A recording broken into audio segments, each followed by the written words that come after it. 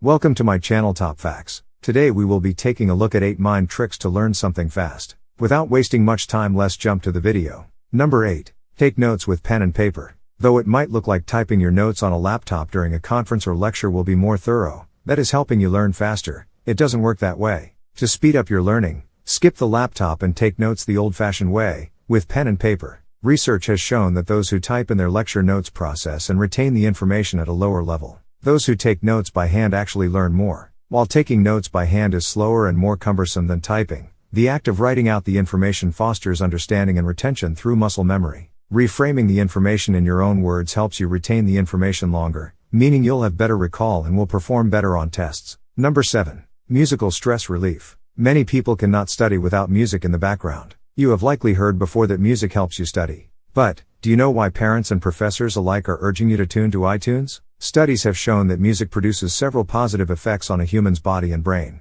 Music activates both the left and right brain at the same time, and the activation of both hemispheres can maximize learning and improve memory. Music is a form of stress reliever which help your brain to relax and able to accommodate new information. Music boosts your mood and it speed up your cognition, making you think clearer. Find out music's effect on your body and brain, and see how to enhance your studying with songs. Number 6. Learn information in multiple ways. When you use multiple ways to learn something, whether or not it's language studying or speed reading, you will use greater regions of the brain to save information about that subject. This makes that statistics greater interconnected and embedded in your brain. It essentially creates a redundancy of knowledge within your mind, supporting you to truly learn the information and now not simply memorize it. You can do this through spaced repetition or through the usage of special media to stimulate one-of-a-kind components of the brain, such as analyzing notes, reading the textbook, watching a video on social media and listening to a podcast or audio file on the topic. The more resources you use, the quicker you'll learn. Number 5. Try a mnemonic device.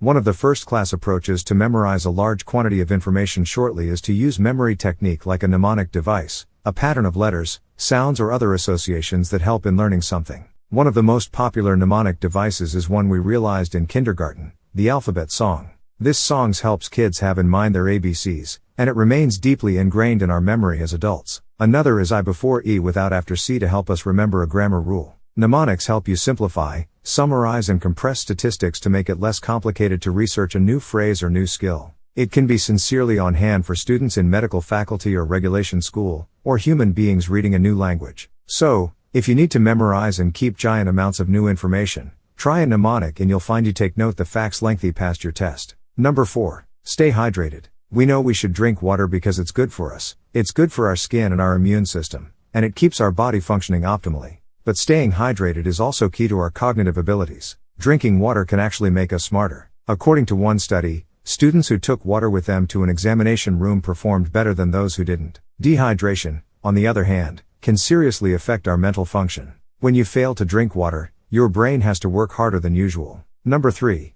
Chewing gum. Turns out, chewing gum may have more effects than simply making your breath smell good, or giving you something to do when bored. In fact, some studies show chewing gum can actually increase feelings of relaxation, increase attention, lower stress levels, and improve memory. Now, this is not to say that simply chewing gum while studying will get you an automatic 100% on an exam, but it may help enough to bump your grade up and boost your confidence. Chewing gum is something a lot of researchers have recently realized might help students out, especially those who are in a cram session. Studies have been conducted to see whether chewing gum actually has an effect on recalling information and keeping us awake. Chewing gum may be one of the easiest ways to improve one's exam experience. Chewing gum may help us remember that piece of information you've been struggling with, and it may help us stay more alert and awake so we can take in more information. As I've said before, attention is a limited resource, so any help our brains can get is super appreciated. So next time your mom yells at you for chewing your gum obnoxiously at the kitchen table while studying calculus, you can tell her that I sent you and it will help you perform well on your next exam.